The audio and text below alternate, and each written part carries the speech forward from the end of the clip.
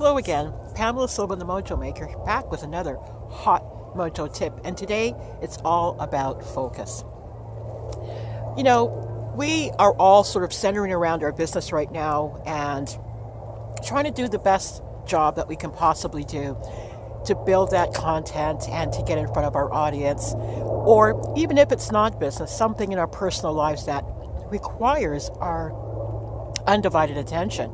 And it's just not happening. It's escaping us. And the busier we get, the more successful we get, the more we rise up there, it's even more difficult to center our attention on the important things in our life.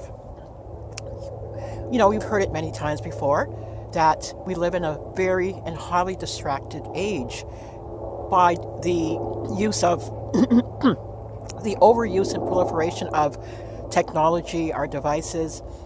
Our attention has been fractured into many, many pieces, and it's now about where do we put that attention? Where do we center our focus in order to get the job done? And it would seem obvious, wouldn't it, that we focus our attention on the thing that needs to get done. However, it's not happening for whatever reason. It's just not happening. And why is that? And I think it's our sense of obligation that we need to get everything done at the same time, and multitasking has become synonymous with success. I don't know about you, but I've tried multitasking and all I do is fall headfirst into overwhelm and nothing gets done. I have all of these projects sort of sitting there staring at me, freaking me out, and nothing really gets done. So I've had to backpedal enormously to start getting projects out the door. And how have I done that? Well, snatching back my life. And by the way, that's the name of my upcoming book, Snatch Back Your Life. But I've had to snatch it back and make some harsh decisions almost as to what it is I was going to focus on and what had to move out of my way. It's all important. There is no more important than you or more important than it. It's all important, but what is the most important thing right now for me to focus on? And I had to really get clear on that and bring that into the forefront.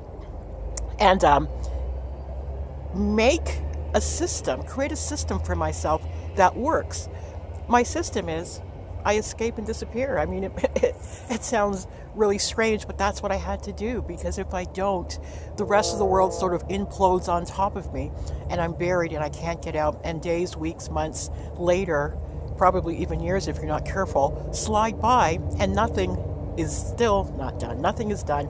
It's all still up here and nothing has gone out into the world, if that's your intention.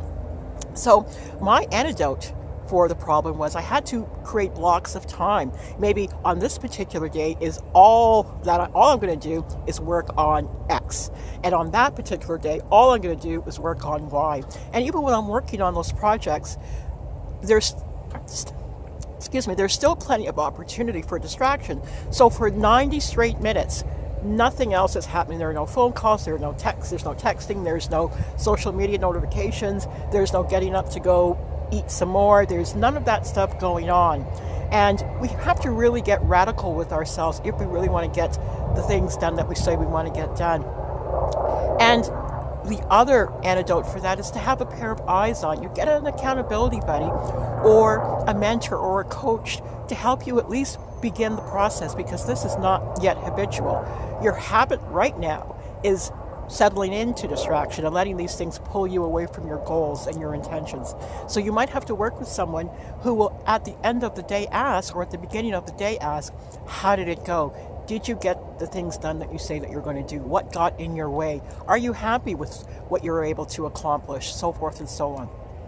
I have somebody that works with 10 questions with me and really hones in on those places in which I run off and do myself damage in the way of focus. It's not an easy thing. It's high discipline, and if you're not disciplined, it's almost hell. I'm not a disciplined person in those kinds of things, so I did need help. But I also had to discover what my big why was, and I used my big why to get things done. When I start slipping, I say, is this getting me to where I want to go or not? And that usually takes care of business quite nicely. So, for yourself, today, figure out at least 3 things that are getting in the way of your focus and your intention of getting your work completed. Okay, write them down so at least you can see. Even if you do nothing about it, at least you know the ways in which you trip yourself up. I had to. And it's made a lot of difference in my life already.